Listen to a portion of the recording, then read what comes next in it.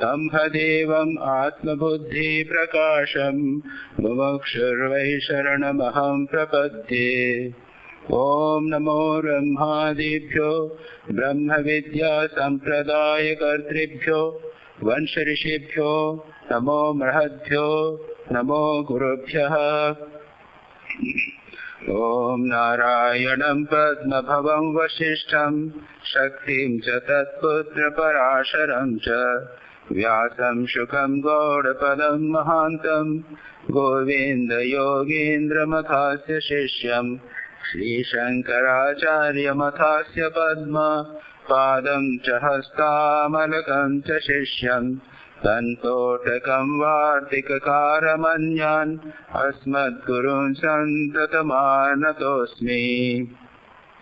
श्रुतिस्मृतिपुराणानाम् आलयं करुणालयं नमामि भगवत्पादं शङ्करं लोकशङ्करं। शङ्करं शङ्कराचार्यं केशवं बादरायणं सूत्रभाष्य कृतौ वन्दे भगवन्तौ पुनः पुनः। ईश्वरो गुरुरात्मेति मूर्तिभेदविभागिने व्योमवद्व्याप्तदेहाय दक्षिणामूर्तये नमः।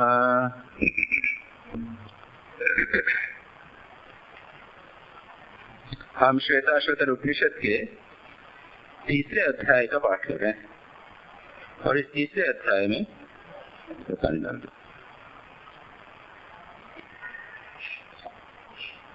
बहुत से अत्यंत सुंदर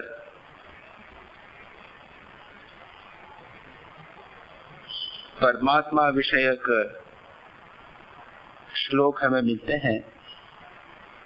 कुछ स्थानों पर परमात्मा से प्रार्थना भी है और उसके बाद में परमात्मा के स्वरूप के संबंध में बहुत सारे बहुत सुंदर श्लोक हैं जो हमने पिछली बार देखने का प्रयत्न किया था। जो सर्व आनन शिरोग्रीवः सर्वभूताशय श्रीः सर्वव्यापी स भगवान तस्मात् सर्वगतः शिवः, बार बार एक चीज को बताने का प्रयत्न कर रहे हैं कि यह सब परमात्मा सर्वव्यापी है और इसका ध्यान करना चाहिए। जैसा मैंने बार बार कहा है, सर्वव्यापी स भगवान, वह भगवान सर्वव्यापी है और सर्वगत है, शिव है, कल्याणप्रद है। महान प्रभु, वह महान है, प्रभु है और पुरुष है, परम समर्थ है। पुरुष शब्द के दो अर्थ होते हैं, एक तो होता है शरीर में विद्यमान, दूसरा होता है चैतन्य और तीसरा हम कह सकते हैं जो सर्वव्यापी है उसको भी पुरुष कहते हैं। सत्वस्य एष प्रवर्तकः, और वह निर्मल सुनिर्मलाम इमाम प्राप्तिम ईशानो ज्योतिरव्यय है। ईशान है, ईश्वर है, ज्योति है, अव्यय है, ये जितने एडजेक्टिव विशेषण दिए गए हैं परमात्मा को। और उसके बाद में यह भी कहा गया है कि यह परमात्मा एक अंगुष्ठ मात्र है, वह हमारे समस्त पुरुषों के अंतरात्मा में यदा सन्निविष्ट है और यदा मनवीशो मनसा अभिकृप्तो ये एतद् विदुः अमृतास्ते प्रविन्ति, हृदय में वह मानो सुरक्षित है, मन के द्वारा सुरक्षित है। जो जानते हैं वह अमर हो जाते हैं। उसके बाद में यह प्रसिद्ध श्लोक है जो गीता में भी है, ये पुरुष सूक्त का स्तोत्र है। सरि सहस्र शीर्षा पुरुषः सहस्राक्ष सहस्रपाद स भूमि विश्वतो वृत्वा अत्यतिष्ठत् दशांगुलम। और मैंने कहा था 10 अंगुल के क्या विभिन्न प्रकार के अर्थ हैं, ये मैंने बताने का प्रयत्न किया था। इसका उद्देश्य है, यह बताने का अर्थ यह है कि वह परमात्मा सहस्र शीर्षा, जितने भी संसार के जितने सिर हैं वह उसी के हैं, सब पैर उसी के हैं, सभी नेत्र उसी के हैं और वह ट्रांसेंडेंटल भी है, इमेनेंट भी है। पादोस्य विश्वभूतानि, ये समस्त जितने विश्व प्राणी हैं ये उसके एक पाद में है। त्रिपादस अमृतम दिवी, और उसका 3/4 जो पोर्शन है, 3/4 पोर्शन 75% तो मानो उसको हम बियॉन्ड ये कॉस्मोस के परे है उसका पोर्शन। पुरुषम एव एदम सर्वम यद भूतम यच्च भव्यच्च उता अमृतस्व ईशानः यद्देनेन अधिरोहति। उसके बाद जब यह कहा कि काल देश की दृष्टि से उसकी कोई सीमा नहीं है, जिसे स्पेस कहते हैं, स्पेस की दृष्टि से उसकी कोई सीमा नहीं है। उसके बाद कहते हैं टाइम की दृष्टि से भी भूत भविष्य और वर्तमान यह सब जो कुछ भी है वह सब परमात्मा ही है। पुरुषम एव इदम, यह सब कुछ जो है वह सब परमात्मा ही है।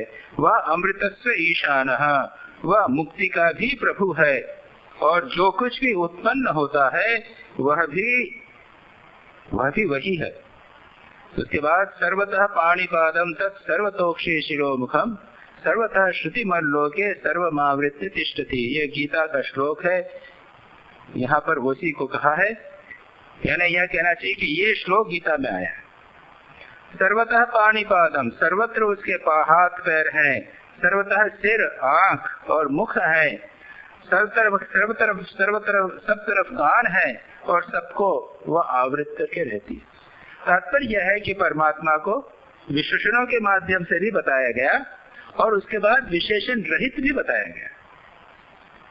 पूरा, जैसा मैं कई बार कहता हूँ कि परमात्मा को अकेले जानना यह भी एक है, और उसको पूरा जानना यानी उसको परमात्मा को विश्व के भीतर जानना वह भी है।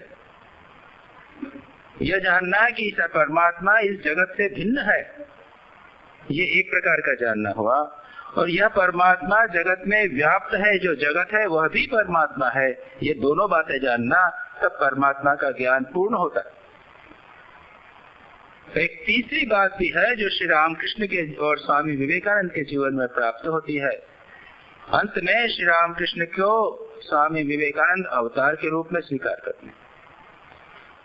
तो वह एक परमात्मा विशेषणों से परे है, फिर सभी विशेषणों से युक्त है, संसार से परे है और संसार में व्याप्त है, और वही परमात्मा अवतार का रूप लेकर ग्रहण करके आता है। जब यह ज्ञान हो जाता है तब पूर्ण ज्ञान होता है। तो जो हो, यहाँ पर दो ज्ञान की चर्चा की गई है। उसके आगे कहा सर्वेंद्रिय गुणाभासम सर्वेंद्रिय विवर्जितम। सर्वेंद्रिय गुण आभासम, इसकी हम चर्चा कर चुके हैं, हम रिपीट कर रहे हैं, रिवाइज कर रहे हैं। समस्त इंद्रियों की वृत्तियों के रूप में वह अवभाषित हो रहा है। जो हम देख रहे हैं वह भी परमात्मा है, जो हम सुन रहे हैं वह भी परमात्मा है। श्रोत्र आदि इंद्रियों से लेकर अंतःकरण तक, अंतःकरण को भी, मन को भी एक इंद्रिय माना है। अंतःकरण तक जितनी भी इंद्रियां हैं, सब इंद्रियां जिसकी उपाधि है वह परमात्मा उन समस्त इंद्रियों के अध्यवसाय, संकल्प और श्रवण आदि गुणों से गुणवान सा भासता है। परमात्मा लगता है कि सुन रहा है, लगता है कि देख रहा है। परमात्मा हमारे भीतर विद्यमान है, वह सभी कुछ करता सा दिखाई देता है। ये बात कहते हैं सर्वेंद्रिय गुण आभास। आभास यानी मानव प्रतीति। सर्वेंद्रिय विवर्जितम, लेकिन सच पूछा जाए तो वह समस्त इंद्रियों से भिन्न है, पृथक है, साक्षी है। हम स्वयं जब अपने इंद्रियों को के साक्षी बन सकते हैं, हम जब देखते हैं तो हम कहते हैं कि मैं देखता हूँ, मैं अपने देखने का एक साक्षी बन गया। जब हम स्वयं अपने इंद्रियों के साक्षी बन सकते हैं तो परमात्मा तो निश्चित रूप से उन सभी का साक्षी है। इसको कहा सर्व इंद्रिय विवर्जितम, उन सब से भिन्न है। सर्वस्य प्रभुम, सभी का प्रभु है। ईशानम, शासन करता है। और सर्वस्य शरणम, सबका शरण है। हम सभी उसकी शरण में जा सकते हैं। और ऐसा व्यक्ति जो महान है, सबका शासन और कारण, और जो महान है, सबसे बड़ा है, वही सबका शासक बन सकता है। शरणम बृहत, बृहत का व्याख्या करते हुए शंकराचार्य ने कहा बृहत यानी कारण, जो कारण है वो कार्य जो होता है उससे बड़ा होता है। ये लकड़ी जो है, ये टेबल जो है उससे बड़ी है, तथा कारण कार्य से बड़ा और सूक्ष्म होता है। इस प्रकार से इसलिए बृहत शब्द का अर्थ उन्होंने किया कारण। उसके बाद यह भी हम देख चुके थे, नवद्वारे पुरे देहि हंसो लेलायसे बहि वशी सर्वस्य लोकस्य स्थावरस्य सचराचरस्य। समस्त लोक का, जिसमें स्थावर और जंगम, जड़ और चेतन, चल अचर, चर अचर, चलने वाली और न चलने वाली जितनी वस्तुएं हैं, उन सब का वह वशी, सबका स्वामी है परमात्मा। हंसः, हंसः, ये हंस शब्द परमात्मा के लिए कई बार उपयोग में आता है। हंस, शुचिसत, वशु, अंतरिक्ष सत इत्यादि। और वहां पर अपने श्रीमद् भागवत में हमने पढ़ा है, जो उद्धव गीता का पोर्शन हम पढ़ चुके हैं, उसके अंदर तो यहाँ तक आया है कि परमात्मा हंस के रूप में आविर्भूत होते हैं, एक अवतार, हंसावतार। और उनसे वो राजा प्रश्न करते हैं और उन प्रश्नों का वो उत्तर देते हैं। हंसोपाख्यान के नाम से वह है। हम लोग जो श्री कृष्ण नाम संकीर्तन करते हैं, उसमें अंत में जो स्तुति प्रार्थना के 4 श्लोक आते हैं, उसमें हंस एक परमात्मा का नाम, भगवान का नाम बताया गया। तो हंस को कहा गया, इसका अर्थ है, हम जानते हैं हंस, परमहंस या राजहंस कहते हैं कि वह मानसरोवर में रहता है इत्यादि। हंस का अर्थ यहाँ पर शंकराचार्य ने किया है हंसी अविद्यात्मकम कार्यम। अविद्या रूप हमारे हन धातु से किया, हन यानी मारना, जो अविद्या रूपी कार्य को नष्ट करता है उसको कहते हैं हंस। लेलायते, लेलायते चलती, यह हंस जो नाश करता है, अज्ञान को नाश करता है। किसके द्वारा? ज्ञान के द्वारा। और ज्ञान 2 प्रकार के, एक तो सांसारिक विषयी ज्ञान और दूसरा होता है तत्व ज्ञान या आत्मज्ञान। एक अपराविद्या और दूसरी पराविद्या। अपराविद्या के द्वारा भी सांसारिक विषयों का ज्ञान हमें प्राप्त होता है और अज्ञान नाश हो जाता है। ये टेबल कैसे बनती है, इसका ज्ञान जब हम प्राप्त करेंगे तो इसके संबंध में हमारा अज्ञान दूर हो जाएगा। लेकिन यहाँ पर जिस अज्ञान अविद्या की बात कही है वो मूला अविद्या, जिसके कारण हम यह समझते हैं कि हम शरीर हैं, हम यह समझते हैं कि हम मन हैं, हम जन्म मरण वाले हैं। यह अज्ञान एक बार जब नाश हो जाता है तो फिर हम मुक्त हो जाते हैं। और जो नाश करता है उसे कहा गया हंसः। यहाँ पर उन्होंने हंस शब्द का उपयोग परमात्मा के लिए किया है। लेलायते, यह परमात्मा, यह विभिन्न इंद्रियों के द्वारा, यह 9 द्वारों के द्वारा वो बाहर जाकर लेलायते, लेलायते यानी विषयों को ग्रहण करने की चेष्टा करता है। और इसके संबंध में मैंने वो पुरंजन की कथा भी कही थी। इसके आगे हम आगे पढ़ना आज से प्रारंभ करते हैं। ये 19वां श्लोक। एवं तावत् सर्वात्मकम ब्रह्म प्रतिपादितम। इस प्रकार से ये सर्वात्मक, समस्त प्राणियों की आत्मा के रूप में जो ब्रह्म विद्यमान है उसका प्रतिपादन किया गया। इदानीं निर्विकार आनंद स्वरूपेण अनुदितान अस्तमित ज्ञानात्मना अवस्थितम परमात्मानं दर्शयितुम आह। और अन्य स्थान पर यह भी कहते हैं कि ये विषय अत्यंत गूढ़ होने के कारण, डिफिकल्ट टू ग्रास्प होने के कारण बार बार उनको सुनना पड़ता है। और मैं एक बात आपको बता दूं, कभी कभी लगता है कि क्या वही बात रोज रोज रोज सुना रहे हैं, हर प्रवचन में यही बात, अगला श्लोक भी वही है, पहले वाला भी श्लोक वही था, सर्वतः पाणिपादम तत्र, अगली इस बार भी आप वही बात कर रहे हैं, इसके बाद में कई श्लोक आएंगे। तो मैं एक तो दृष्टांत देता ही हूँ कि अगर आप कोका कोला को रोज सुबह शाम देख सकते हैं टीवी पे, तो इसको भी सुन लीजिए ना, उसका दिमाग पर प्रभाव पड़ता है, इसका दिमाग पर प्रभाव पड़ेगा, इसका भी दिमाग पर प्रभाव पड़ेगा, आप जानते नहीं है।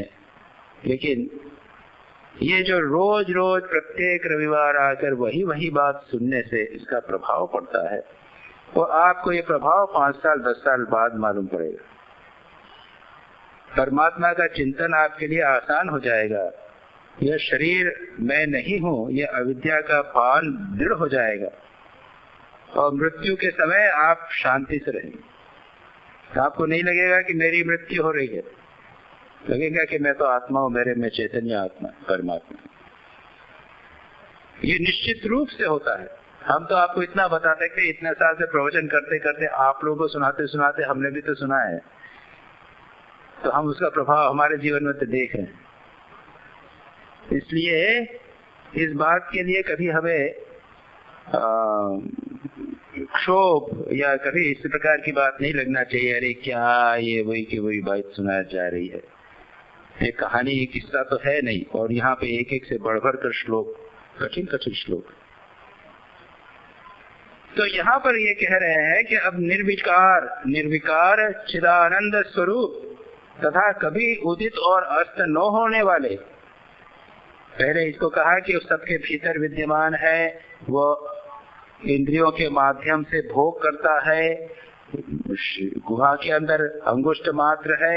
अब कहते हैं कि उनसे भिन्न जो ट्रांसेंडेंटल परमात्मा है, ज्ञान स्वरूप में जो स्थित परमात्मा है, उसको दर्शाने के लिए श्रुति कुछ कहती है।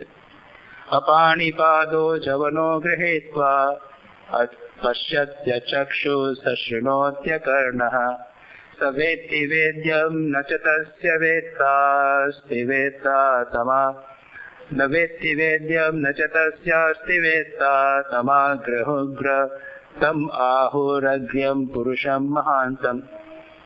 जिसका अर्थ देखने पहले, अपाणिपादः, बिना पानी यानी बिना हाथ के और बिना पाद यानी पैर के, जवनो गृहीत्वा, वह चलता है, वेगवान होता है, इज मूविंग, और गृहीता ग्रहण करता। ये वाला फोन लगा दिए, वो वाला फोन, ये वाला फोन ठीक कराना है, आप इसको हाँ करवा लीजिए। जो हाथ पांव रहित होकर भी वेगवान है और ग्रहण करता है, पकड़ लेता है। दूसरा क्या है, पश्यति अचक्षु, बिना चक्षु के देखता है, बड़ा मजेदार, बिना चक्षु के देखता है। सशृणोति अकर्णः, बिना कर्ण के सुनता है, बिना कान के वह सुनता है। सवेत्ति, वेद्यम, जो जानने योग्य वस्तु है उसको वह वेत्ति जानता है। वेद्य वर्ग को जो जानने की वस्तु है उसको वो सब जानता है। न तस्य अस्ति वेत्ता, उसका जानने वाला कोई नहीं है, उसको कोई नहीं जान सकता, वो सबको जानता है। तम, उसको, आहुहु, जो जानकार व्यक्ति है, बुद्धिमान व्यक्ति है, उसको क्या कहते हैं, पुरुषम महानतम, महान और आदि, तम आहु अग्र्यम, आदि सबके पहले वाले, आदि पूर्ण और महान कहते हैं। अब इसको जरा देखने का प्रयत्न करें, इसका क्या अर्थ होता है, क्यों इस श्लोक को कहा गया है। सच पूछा जाए तो परमात्मा को, ब्रह्म को वर्णन नहीं किया जा सकता। क्यों नहीं किया जा सकता, इस कई बार जो कहा है न तत्र चक्षुर गच्छति न वाग गच्छति नो मनो, मन चक्षु वाग इत्यादि उसको ग्रहण नहीं कर सकता, ऑब्जेक्ट के रूप में उसको पकड़ा नहीं जा सकता, जाना नहीं जा सकता। जिस व्यक्ति, जो वस्तु, जो तत्व, जो आत्मा, जो ब्रह्म इटर्नल सब्जेक्ट है, वो वेदता है, जानने वाला है, उसको आप कैसे जानेंगे? विज्ञातारम अरे केन विजानीयात, जो जानने वाला है उसे हम कैसे जानेंगे? अगर उसे जाना तो ज्ञान का विषय हो गया, ऑब्जेक्ट हो गया। ये सिंपल आर्ग्यूमेंट भी है और सत्य भी है। इंद्रियां को हम जानते हैं, मन को भी हम जान लेते हैं, अहंकार को भी जान लेते हैं, लेकिन कौन जानता है? उस जानने वाले को कौन जानेगा? उसको जाना, यदि आपने जानने वाले को जाना तो वो जानने वाले को किस जानने वाला होना चाहिए, ये समस्या हो जाए। इसलिए यहाँ पर कहते हैं अगर उसे जाना नहीं तो वर्णन कैसे करेंगे? उसको वर्णन भी नहीं कर रहा था। इसी कहते हैं निरुपाधिक। शंकराचार्य कहते हैं कि निर्विकार निरुपाधिक परमात्मा का वर्णन करने का प्रयत्न कर रहे हैं, यानी उसको ऐसे वर्णन करते हैं जिसमें कॉन्ट्रडिक्शंस हैं, विरोधाभास के रूप में वर्णन करने का प्रयत्न करते हैं। अचक्षु, अग्रोत्र, अश्रोत्र, उसके चक्षु नहीं है। अक्षरन, मरता नहीं है। अमर, अजर, जरा नहीं है। अजन्मा है, जन्म नहीं है। निगेटिव से वर्णन किया गया, नकारात्मक ढंग से परमात्मा का वर्णन किया जाता है। तो यहाँ पर भी यही कहा गया है कि ऐसी बातें कही गई, अपाणिपादो जवनो गृहीत्वा, उसके हाथ पैर नहीं है लेकिन वह पकड़ता है, उसके पैर नहीं है लेकिन वह चलता है, आंख नहीं है लेकिन वो देखता है, ये कैसे होगा? मानो यह बताने का प्रयत्न कर रहे हैं कि इसका वर्णन नहीं किया जा सकता। अगर यह कहा जाए कि ये बड़ा है, अभी आएगा, अनोरणीयान महतो महियान, वो छोटे से भी छोटा है और बड़े से भी बड़ा है, ये कैसे होगा? यही होगा। ये कॉन्ट्रडिक्शन के माध्यम से परमात्मा को बताने का प्रयत्न करते हैं। तो उपनिषद यही कहते हैं कि उसके हाथ नहीं है फिर भी पकड़ता है। क्यों? क्योंकि वो सर्वत्र है। आंख नहीं है फिर भी देखता है। क्यों? क्योंकि वो सदा ज्ञाता है, एवर विटनेस, हमेशा देखने वाला ही है, ज्ञाता ही है। क्यों? क्योंकि वह ज्ञान स्वरूप है, जिसको कहते हैं प्रज्ञान घन, डेंस नॉलेज, कंडेंस्ड नॉलेज। किसी चीज को आप खड़ा करके, घना करके अगर उसको कंडेंस कर दें, उसको कहते हैं इट इज कंडेंस्ड नॉलेज। ये परमात्मा जो है वह कंडेंस्ड नॉलेज होने के, ज्ञान होने के कारण वह सब कुछ जानता है।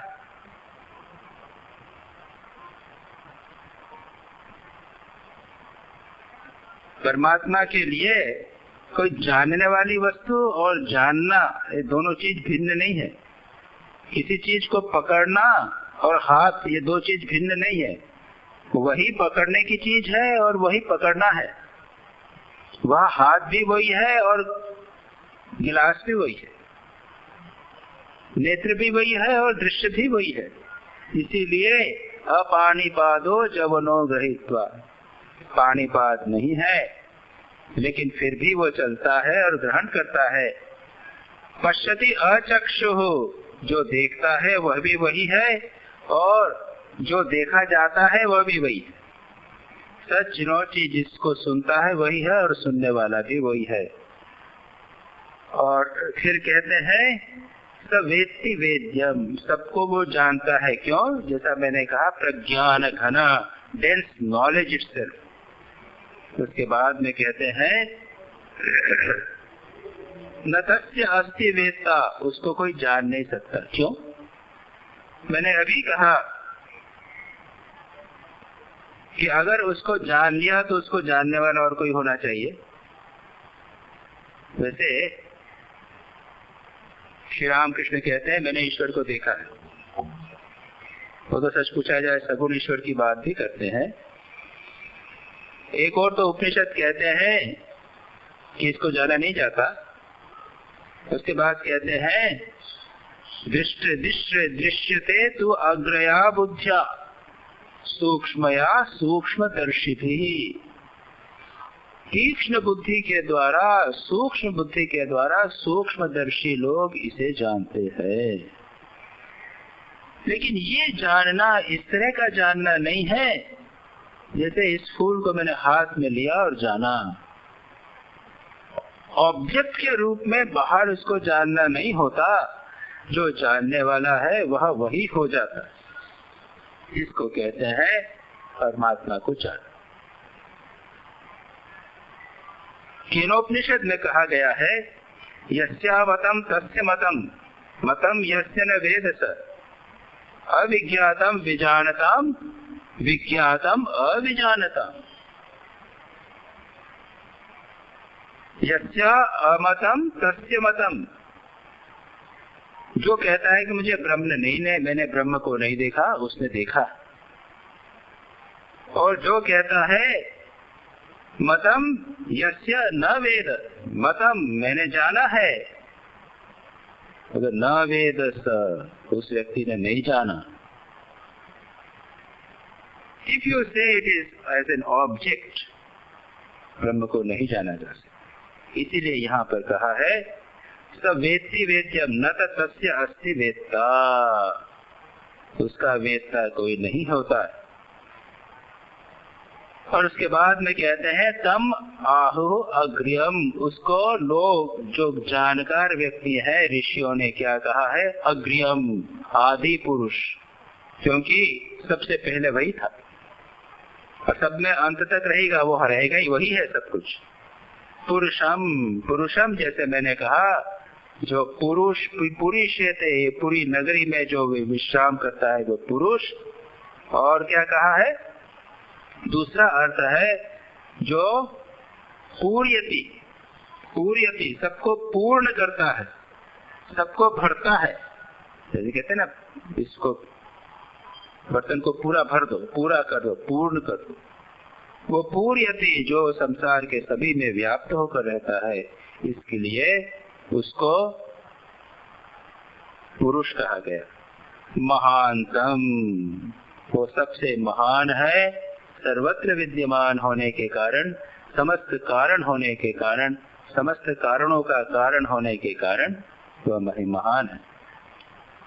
आगे कहते हैं अनोरणीयान महतो महीयान आत्मा गुहायाम निहितोऽस्य जन्तोः तमक्रतुं पश्यति वीत शोको धातु प्रसादात् महिमानमीशम्। ये भी बहुत प्रसिद्ध श्लोक है, इसके दूसरे वर्षन दूसरे उपनिषदों में भी हैं। क्या कहा, अणोहो अणियान, अणु से भी छोटा, महतः महीयान, महान से भी महान, आत्मा जंतोः अस्य जंतोः गुहायाम निहितः, आत्मा इन प्राणियों के अंतःकरण में, जीव के, जंतुओं के, प्राणियों के गुहा में निहित है। तम, उसको अक्रतुम, जो अक्रतु है, यानी हम बताएंगे क्रतु यानी होता है यज्ञ, जिसमें यज्ञ से कोई संबंध नहीं, ऐसा क्रतु पश्यति, कम अकृतुम कौन पक्षति, वीत शोक है, या जो उसको देखता है वो वीत शोक हो जाता है, शोक से परे चला जाता है। और कैसे देखता है, धातु प्रसादात, अभी अर्थ देखेंगे, उसका अर्थ कई अर्थ होते हैं। धाता, धात्री परमात्मा धात्रा धारण करने वाला परमात्मा के, या सप्त धातु है ना अपने यहाँ शरीर में, अष्ट धातु सप्त धातु कहे जाते हैं। कौन सी जो है रस, रक्त, मांस, मेद, मज्जा, वीर्य और शुक्र, शुक्र शुक्र और ओजस, ये सप्त धातु बताई गई। हम जो खाते हैं तो उससे रस होता है, रस से रक्त बनता है, रक्त से मांस बनता है, मांस से मेद, मेद यानी फैट, मेद से अस्थि, अस्थि को भी मानते हैं शायद, कुछ इधर उधर फर्क होगा। उसके बाद अस्थि के भीतर जो मज्जा, मज्जा, उसके बाद शुक्र और उसके बाद ओज, वो अल्टीमेट था। तो धातु प्रसादात, तो धातु का दूसरा अर्थ भी है हमारे शरीर मन के स्वस्थ होने पर, प्रसादात पश्यति, देखते है, देखता है, जो भी व्यक्ति है वह कैसे, ईशानम, ईशम महिमानम,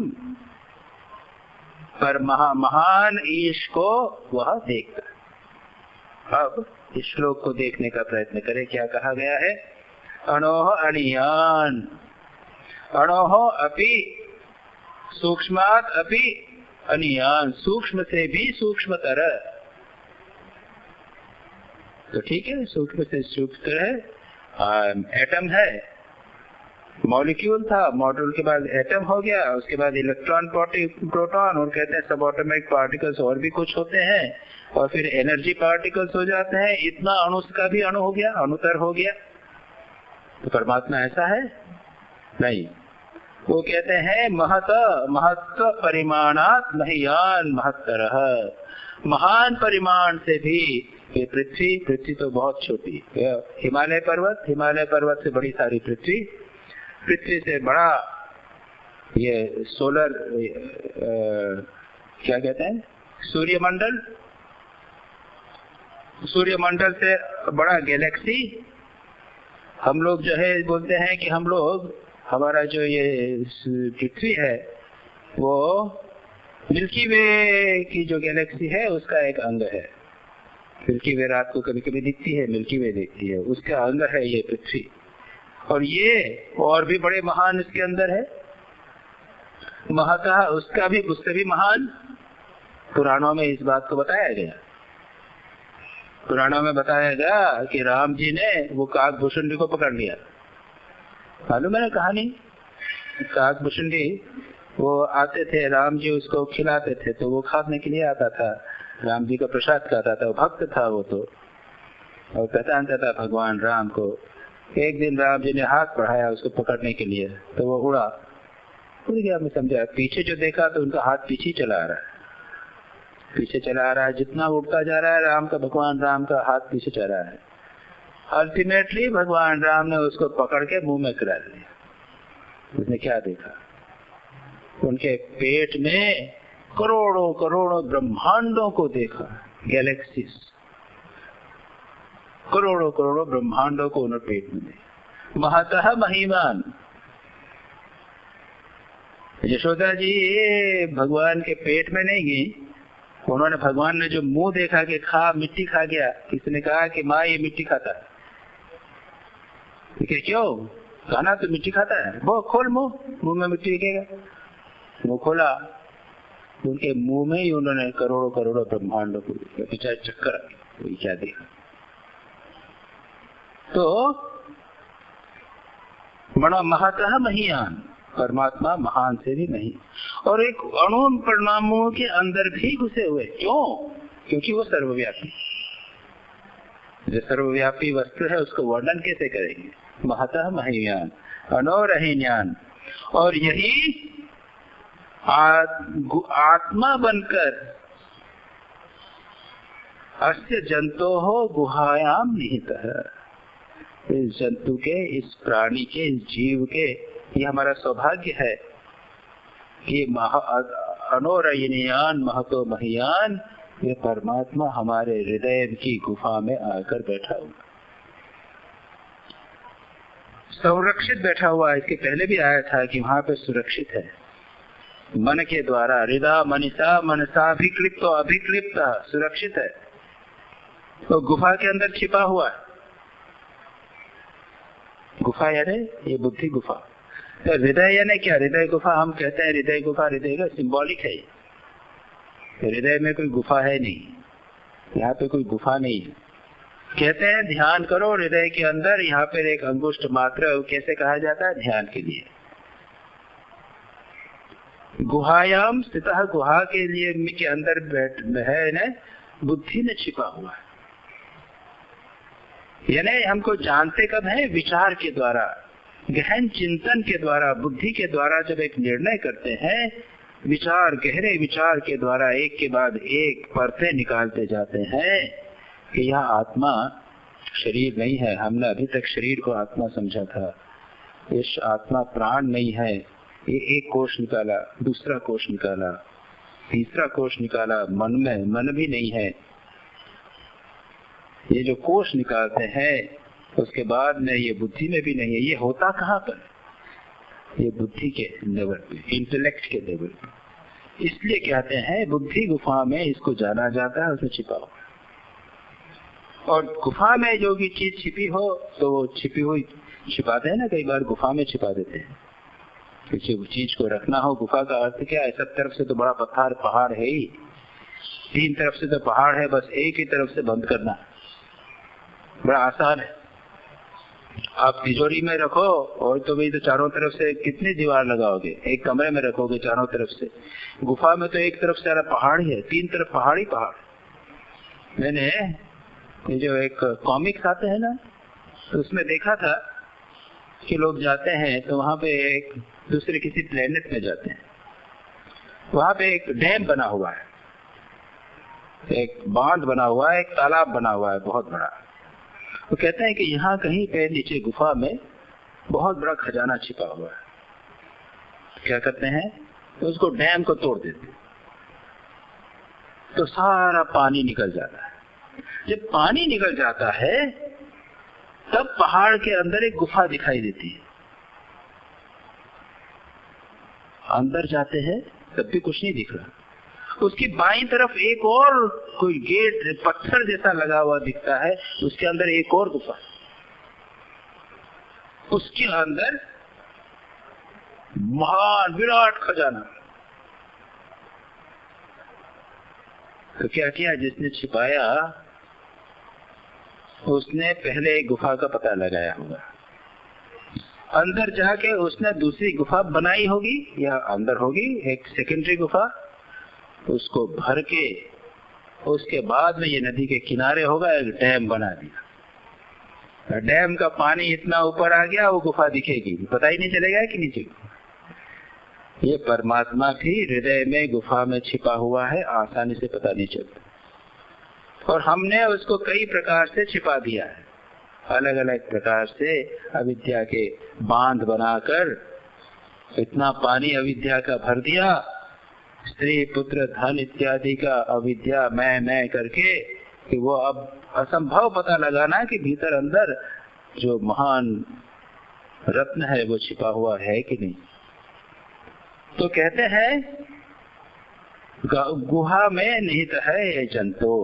अब कहते हैं तम अक्रतु पश्यति, वह क्या परमात्मा के लिए एक अर्थ लगाया है अक्रतु।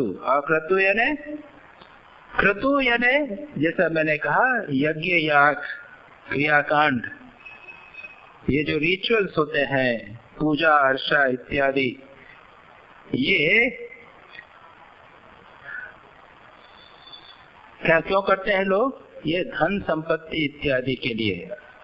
जब यज्ञादि का उद्देश्य मुख्य होता है स्वर्ग जाना, धन संपत्ति इत्यादि प्राप्त करना, लेकिन ब्रह्म को कहा गया है यहाँ पे अक्रतु, ये यज्ञ यज्ञादि के द्वारा प्राप्त नहीं किया जा सकता। और जब तक आप पूर्ण रूप से वासना रहित नहीं होते तब तक उसको प्राप्त नहीं कर सकते। इसलिए इसको ब्रह्म को अक्रतु कहा गया। फिर कहते हैं धातु प्रसादा। शंकराचार्य की व्याख्या देख ले हैं। सच आत्मा अस्य जंतो ब्रह्मादि स्तंभ पर्यंत। प्राणी हमारे में भी ब्रह्मा से लेकर एक तिनके, एक जो धूप घास है, इतने जितने प्राणी हैं उन सब के हृदय में आत्मा के रूप में होकर अवस्थित है। फिर तम आत्मानम अक्रतुम, अक्रतुम यानी विषय भोग संकल्प रहित आत्मा। विषय भोग संकल्प के द्वारा जब यज्ञ इत्यादि किए जाते हैं उसका संबंध होता है विषय भोग इत्यादि, उससे रहित जो आत्मा है महिमानम, महिमानम यानी कर्म निमित्त वृद्धि क्षय रहितम। महिमानम को कहा गया अपनी महिमा, पूर्ण महिमा है, यानी अपनी महिमा में है और कर्म के कारण होने वाले वृद्धि एवं क्षय से रहित ईशम। ये परमात्मा, उसके लिए वृद्धि की आवश्यकता नहीं। कर्म करके हम बहुत सारा सुख प्राप्त करेंगे, स्वर्ग में जाएंगे, बहुत धन प्राप्त होगा, नाम यश प्राप्त होगा, इसकी कोई आवश्यकता नहीं है। पश्यति अयम अहम अस्मि साक्षात जानाति यह सवीत शोको भवति। जो ऐसे परमात्मा को कैसे जानता है, मैं साक्षात वही हूँ। मैंने बार बार कहा था कि किसी वस्तु को जानने से हम वो नहीं हो जाते। इसको अगर मैं थर्मोस जानूं तो मैं थर्मोस नहीं बन जाता, लेकिन परमात्मा को जानने से परमात्मा बन जाते हैं। क्यों? क्योंकि वो हमारा ही स्वरूप है। हम अपने स्वरूप को जानते हैं, परमात्मा बन जाते हैं। सवीत शोको भवति केन तर्हि असो पश्यति। किस प्रकार से उसे जाना जाता है? धातु प्रसादात्। धातु यानी षष्ठी विभक्ति धात्री शब्द का है। धातु के प्रसाद से, धात्री परमात्मा धारण करने वाला, जो जगत का विधाता है उसको धातु कहा। विधात्री, विधातु प्रसादात्, उसकी कृपा से। यहाँ पर कृपा शब्द का, यहाँ धातु प्रसादात्, उसकी कृपा से प्राप्त किया जा सकता। ये प्रसाद शब्द का कई स्थानों पर जिक्र आता है। गीता में भगवान कहते हैं राग द्वेष वियुक्तेस्तु विषयान इंद्रियेश्चरन् आत्मवश्ये विधेयात्मा प्रसादम अधिगच्छति। प्रसाद, प्रसन्नता। राग द्वेष रहित जब विषयों का भोग कोई करता है, विषय आ गया तो आ गया, हमारे प्रारब्ध के अनुसार विषय आ गया तो उसको स्वीकार कर लिया। लेकिन राग द्वेष नहीं कि अरे भाई फिर मिलना चाहिए, बड़ी बढ़िया चीज है, कल मिलना चाहिए। ये राग द्वेष रहित या ये बड़ी खराब चीज है, हम कहाँ फंस गए हैं, ये इसमें जो विषय में से मन को रहित रखता है। राग द्वेष वियुक्तेषु विषयान, इन विषय विषयों को जब इंद्रियां उसमें चरण करती हैं, राग द्वेष वियुक्तेषु विषयान इंद्रियेषु आत्मवश्यैः, अपनी आत्मा को, मन को अपने वश कर रखा है। विधेय आत्मा, और मन संयत है जिसका, वह प्रसाद को प्राप्त होता है। प्रसादम अधिगच्छति, वहाँ प्रसाद को मन की एक विशेष स्थिति, प्रसन्नता बताया। ओके, प्रसादे सर्व दुखानाम हानि हानि रसोपजाते। प्रसाद होने पर समस्त दुखों की हानि हो जाती है, नष्ट हो जाते हैं। यहाँ पर धातु प्रसादात, ईश्वर की कृपा, प्रसन्नता। हम भगवान को कुछ ऑफर करते हैं, भोग लगाया ना, उसके बाद प्रसाद लेते हैं। क्या मतलब? भगवान हमारे भोग से प्रसन्न हुए और उस प्रसन्नता के प्रतीक रूप के रूप में हमने प्रसाद प्राप्त किया, यानी भगवान की कृपा प्राप्त की। तो भगवान की कृपा से तम अक्रतु पश्यति, उस अक्रतु परमात्मा को देखा जाता है, वो दिखाई देता है। फिर कहते हैं प्रसन्ने ही ईश्वरे तद याथात्म ज्ञानम उत्पद्यते। परमात्मा के प्रसन्न होने पर उनका स्वरूप क्या है वह प्रसन्न स्पष्ट रूप से प्रतीत होता है। तो ये बात हम देखेंगे, दोनों चीजों की आवश्यकता है, साधना की भी आवश्यकता है और भगवान की कृपा की भी आवश्यकता है, दोनों की आवश्यकता है। अथवा दूसरा एक अर्थ किया है इंद्रियाणि धातवः शरीरस्य धारणात्। इंद्रिया ही धातु हैं, क्यों? वो शरीर को धारण करती। और जैसा आयुर्वेद के अनुसार है सप्त धातु अष्ट धातु, जिसकी मैंने बात कही। इंद्रियों को मान ले क्योंकि हमारे शरीर को वे धारण करती हैं, इसलिए धातु। उनकी कृपा से, इंद्रियों की कृपा का अर्थ क्या है? तेषां प्रसादा। उनकी प्रसन्नता कैसी होगी? वही मैंने कहा अभी जो ध्याय विषयान इंद्रिय शरण, राग द्वेष रहित होकर अगर विषया इंद्रियों में जाएंगे तो चित्त में प्रसाद होगा। इंद्रिया अगर राग द्वेष रहित हो जावे, अगर शुद्ध हो जावे, मन अगर विषयों की तरह नहीं भागे, अगर ऐसा हो जाता है, विषय दोष दर्शन अगर इंद्रिया नहीं करे, शंकराचार्य कहते हैं विषय दोष दर्शन मलादि अपनयनात्। विषय दोष देखना, दूसरे के दोष देखना, विषय देखना इत्यादि जो हमारे इंद्रियों के दोष हैं, उनके मल से अगर इंद्रिया विशुद्ध हो जाए तो प्रसन्न हो जाए। हम लोग दूसरों के दोष देखकर, गंदी चीजें देखकर, बुरी बातें इंद्रियों के माध्यम से सुनकर, श्रवण करके, खा के इत्यादि हमारे मन को मलिन करते हैं। हमारा मन प्रसन्नता नहीं प्राप्त करता। इसीलिए गीता में कहा है राग द्वेष वियुक्तेषु, राग द्वेष रहित होकर विषयां अगर इंद्रियों में वर्तन करे तो प्रसाद प्राप्त होता है। तो ये दो अर्थ ये है, एक तो भगवान की कृपा से और दूसरा इंद्रियों की कृपा से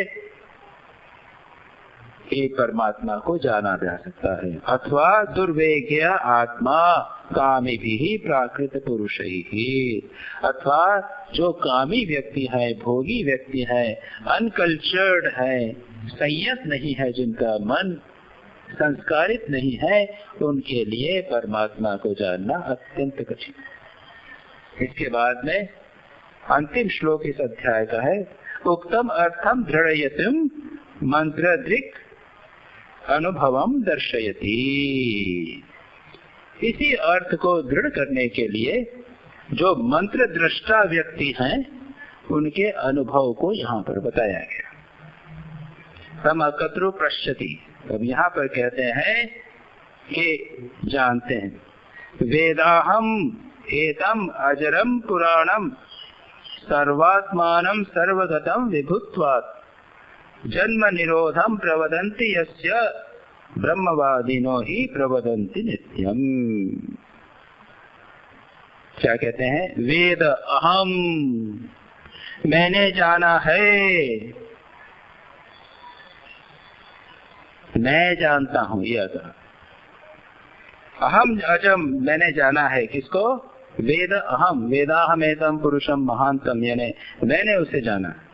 तो एक ऋषि कहते हैं मैंने जाना है, देखो ये सब वर्णन कर रहे हैं आपका, लेकिन मैं तो जानता हूँ। इस बात को दृढ़ करने के लिए किताबों में, पुस्तकों में लिखे हैं। ये बात स्वामी विवेकानंद ने पढ़ी और श्री राम कृष्ण के पास गए तो उन्होंने कहा वेदाहम, मैंने जानता हूँ इस चीज को। वेदाहम एतम, इसे कौन है? यह अजरम, जरा रहित, पुराणम यानी अनादि, पहले से, आदि, अनादि जिसे कहते हैं, सर्वात्मानम, समस्त सबों की आत्मा, सर्वगतम, सर्वत्र विद्यमान, विभुत्वात्, क्यों? वो तो विभु है, सूक्ष्म है, इसलिए वह सर्वगत है, सर्वात्मक है। और यस्य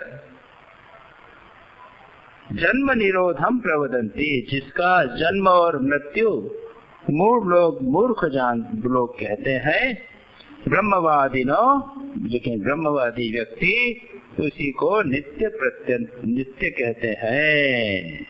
उसको ब्रह्मवेता लोग जिसका जन्म का अभाव बताते हैं और जिसे नित्य कहते हैं, उस जरा शून्य पुरातन सर्वात्मा को, जो विभु होने के कारण सर्वगत है, मैं उसे जानता। ये एक अर्थ हुआ। दूसरा यहाँ कहा मूढ़ लोग जिसको जन्म और निरोध यानी मृत्यु, जन्म निरोध युक्त मानते हैं, उसी को ब्रह्मवाद, और उसी को ब्रह्मवादी लोग नित्य मानते हैं। जन्म मृत्यु से रहित मानते हैं, उस अजर अमर पुराण सर्वात्मक सर्वगत प्राणी को, जीव को, परमात्मा को मैंने जाना है। क्यों? वह विभु होने के कारण सर्वात्मा है, सर्वगत है, ऐसा मैंने जाना। तो यहाँ पर उस चीज को एम्फेसाइज करके यह बताया है कि परमात्मा को भी जाना जा सकता है। तो इसमें अजर, जरा रहित, ये जरा वृद्धि ये शरीर में होती है, परमात्मा में नहीं। अजर अमर व मरण रहित पुराण,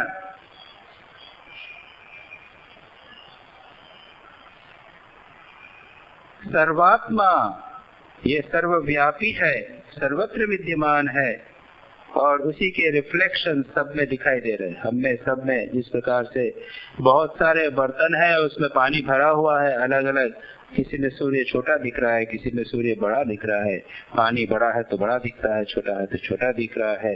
जैसे सर्वस्व है सर्वगतम, क्योंकि वो विभु है, विभु है ना, सूक्ष्म सर्वव्यापी है। और वो जन्म निरोधम, जन्म नहीं है उसका और मृत्यु भी नहीं है, ऐसा जो परमात्मा है उसको ब्रह्मवादी लोग जानते हैं। तो इसके बाद यह तीसरा चैप्टर समाप्त हो जाता है। इसके आगे का हम अगली बार करेंगे।